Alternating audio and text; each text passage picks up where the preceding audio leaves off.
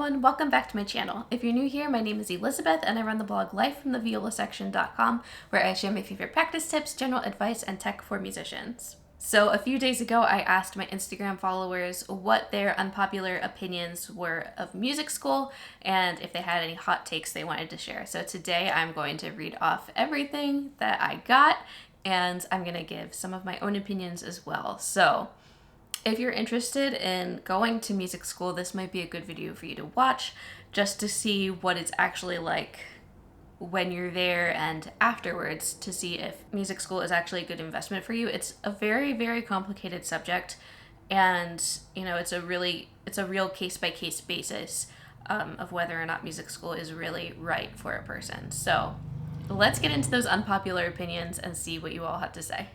So the first opinion I received was, it operates more as an unpaid professional job than a place for everyone to just learn and grow. And I absolutely agree with that. You know, I learned so much in both undergrad and grad school, but it really was like an unpaid job with all the orchestra rehearsals and concerts and performances, just everything. There was so much expected of you with the only payout being experience. And, you know, that's a big joke within the music industry is getting paid in experience. And that's kind of the whole premise of music school. You're doing a lot and, you know, sometimes the concerts you'll put on will have paid tickets and you don't get any of that money. That all goes towards the school. Sometimes it's for the entire school. Sometimes it's for the entire music school or conservatory, whatever you're a part of. Or sometimes it's for your specific department and you don't get a choice in that. You don't get any of the ticket sale money. It's really, really like an unpaid job. And I've seen so many people get offered gigs in like a local orchestra or, you know, some type of real good professional opportunity, but they can't take the gig because it conflicts with orchestra rehearsals or this class. And like somehow school orchestra takes precedence over a gig that will actually pay you in money and in networking. And there are so many things wrong with music school, and I could go on and on about how it really is like an unpaid job. And, you know, it's so unfair that you have to go through 4 years of all of that just for experience and a degree. And I guess you could say that about a lot of different degree programs outside of the arts. But one of the problems I always had with music school is you have to prioritize these unpaid classes over real outside opportunities that you might receive, and you just can't do them because school gets in the way, and it's a real problem for me. So I absolutely agree with that opinion. Next opinion, most music schools rank their students and then cater and boost them more.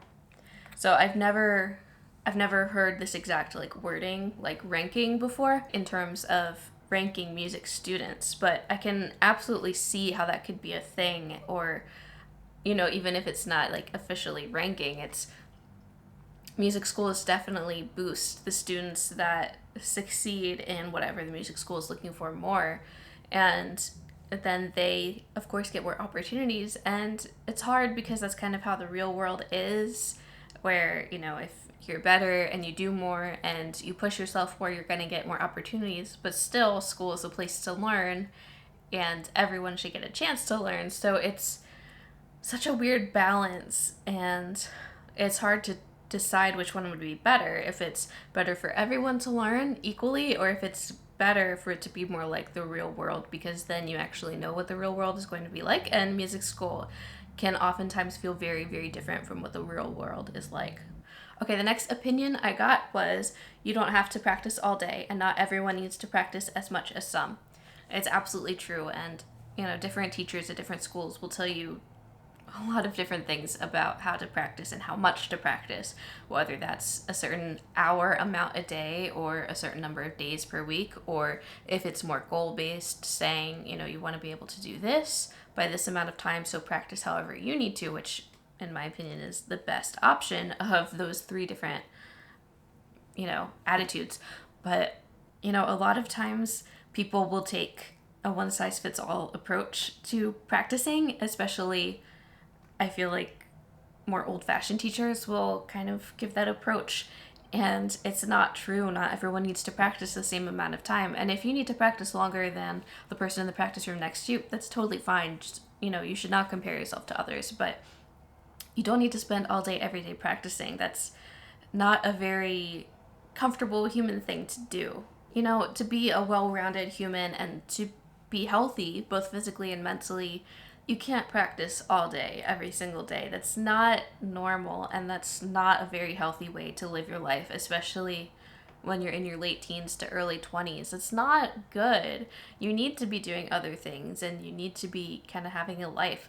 So the whole mentality of like, I need to practice, no time to eat, no time to sleep, I need to practice, that is so just outdated and unhealthy and wrong. And it really makes me mad when people share memes like that, because it's so just, we shouldn't be celebrating that. It's so bad. And the more that we can change the environment to not be like that and to be like, yes, go eat, go sleep, that'll help you be a better musician, and that'll help you get through music school and succeed even better. We need to really promote those healthy, real life living activities. This may not be super unpopular now, but you should have to take a business class. Absolutely agree with this one. And a lot of schools now do have some sort of like music career, music business kind of class. I had to take one in undergrad and I had to take one in grad school. And the one in grad school was definitely a lot better than the one in undergrad. In undergrad, it was taught by an older white male professor who retired like a year after I took the class. And he had spent his life basically doing orchestra jobs and teaching at colleges, which are both great jobs to have as a musician, but that's really like the old-fashioned kind of path that a musician would take. That used to be like, that's what you do as a professional musician. But now there are so many various ways to go about having a career as a musician that symphony and professor lifestyle is not attainable for a lot of us, especially since there are so many of us musicians at every music school trying to fight for the same jobs. So, he would tell us things like, you need to join the union and like look in the magazine for job listings and, get a CD and send it out to people. And that was so outdated. And then he was talking about like taxes and deductions, but not telling us how to do it. And I was like, I don't know how to do my taxes. I don't know how to deduct something. I don't know how any of this works. And I felt so lost. But he did have all of us create a website, which was a very, very good start. And I'm glad that I had that website starting then. And I've overhauled it a lot, and it does a lot more for me now. So, it's so difficult right now since we're in this new pandemic world, that the music world has changed so much since pre-pandemic, that all of us have prepared for a normal world, and now everything is changing. So it's like, what do we do now? And it's hard for college classes to catch up anyway. That I feel like a lot of them are very outdated, especially like the class that I had in undergrad. That was very outdated information, and we hardly talked about social media. I think he told us to get like a Google One page, which is extinct now, and it was becoming extinct as he told us about it, and we were all like, I don't know if that's gonna help. And then in grad school, I had a younger professor, and he was much more realistic and knew a lot more about how the music world is actually working today and like through the pandemic, and he gave us much more tangible tips. So that was more helpful, but still there were so many things that I didn't understand and I didn't know how to actually do once I graduated. So I've learned a lot through the people that I follow on Instagram. I'll share some of their information in the description down below, but as a musician, you're an entrepreneur and a business person, and you have to know how to market yourself and your services and how to put yourself out there. And there is so little of that being taught in music school, at least in my experience and the experiences of many others that I have seen online. So absolutely, business classes should be required for musicians. And, I used to kind of drag my feet at that when I was younger and think like, I don't need that. I'm just going to get an orchestra job. Now I don't want an orchestra job, so now I need to know all of those things, and we should be required to take those things. Sorry for the light. It's like, should I change this? Okay, now we have a little less sun on my face. Next opinion, if you don't get a scholarship, it's not worth it at all. So music school is really expensive, as is like any degree in the United States, which, is really unfortunate. And it's hard to justify a music degree if you have to spend a lot of money, because you really don't know what the payout is going to be like. I mean, unless you're doing something like music education, where you can assume that you're going to get a full-time with benefits job and, be able to pay off your student loans and be fine and, that kind of thing. But with music performance, it's like, I don't know, like I'm going to have some kind of like portfolio career where I'm self-employed and I have my own income coming in, and like it's hard to plan for that, and it's hard to understand if the cost of the education was worth it. Personally, I wouldn't go back and change anything that I did. Maybe I would do some things differently for grad school, but like my original going to undergrad, I would not change. I got almost all of the scholarship money that I could from the school, but not everything. I still graduated with student debt, but it wasn't like some of my friends. Some of my friends are very much more so in debt than I am, and I consider myself lucky, but still, it's a lot of money in my mind. So it's very scary to actually graduate with student debt, because no one talks about it enough as you're applying for schools and actually applying for scholarships. It doesn't feel real as you're applying when you're 18 and saying like, oh yeah, I'll get this scholarship. It just did not feel real or tangible to me. And now it does, because I have to start paying off my student loans soon. And I really wish that we were taught better money management skills in terms of scholarships and student loans and student debt before going to college, because that's a very real thing. And, it can feel like you're set up for failure when you graduate with thousands of dollars in the negative next to your name. It's very scary. So I can absolutely see that, thinking that without having a scholarship, music school is not worth it. And of course, everyone's financial situation is very different, and it depends on where you're getting your funding from, if it's from you or your parents or, whatever. But music school is very expensive, and it's one of those things where it's really hard to predict what the payout is going to be like once you actually graduate. So yeah, that can be very, very scary. Next opinion, your non-performance classes are important. They make you a better teacher/performer. I absolutely agree with this. Thankfully, okay, so I'm personally glad that I didn't go to like a liberal arts school. I went to a conservatory, which was part of a bigger school, and I was required to take one English class, one math class, and one science class, and one like religion class, because my school was like very loosely associated with a church, but it was very like, it was very neutral. I got my English credit out of the way in high school with a dual enrollment course, and then I just had to worry about 3 non-music courses. But even the courses that were music related but non-performance taught me so much, and I use so much of what I learned when I'm teaching my own students and when I'm making decisions as a performer as well. It is also important, and you want to be a well-rounded person, because like, what if you don't go into a career in music? You're gonna need some knowledge other than music. Next opinion, it is absolutely not for everyone. That's true, and college itself is absolutely not for everyone. There are different career paths and different ways to get there for a reason, because not one way works for everyone. And I wish it was clear what exactly music school entails for so many of us prior to actually going to music school, because sometimes it can be a surprise once you get there. And some people know exactly what to expect, some people don't.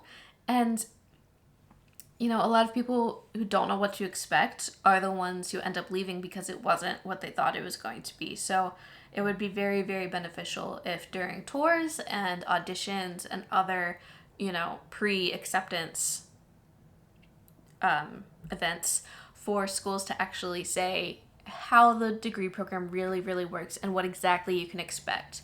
I felt very lucky to do a shadow day before I even auditioned for the school that I went to for undergrad. And I met one of my best friends there because I was her shadow. And so I got to see actually what her life was like. And I decided that that was like exactly what I wanted. And that's how I decided that that school was the one that I wanted to go to, because I could really see myself going there. And, you know, if more people can have experiences like that, I think that would be beneficial to everyone in the long run, because then people wouldn't be wasting money going to school for one semester and then dropping out. And then, you know, maybe schools would accept more people who would actually really fit in there and do a good service to the school. So I could see it working both ways. Talk about a money pit. Can be. I think this person doesn't have a very good relationship with music school right now. But yeah, it can definitely feel that way, especially as we're starting out and trying to get our career started and feeling like nothing is paying out. And, you know, it feels like, why did I spend all of this money just to not make money? You know, it's really scary. Yeah, I'm at that point in the start of my music career where it's scary. It's almost impossible to start a music career without a supportive family. That's exactly where I'm at right now, where, you know, I would have to get a job outside of the music world to support myself if I didn't have a family that I could be staying with as I get my career started.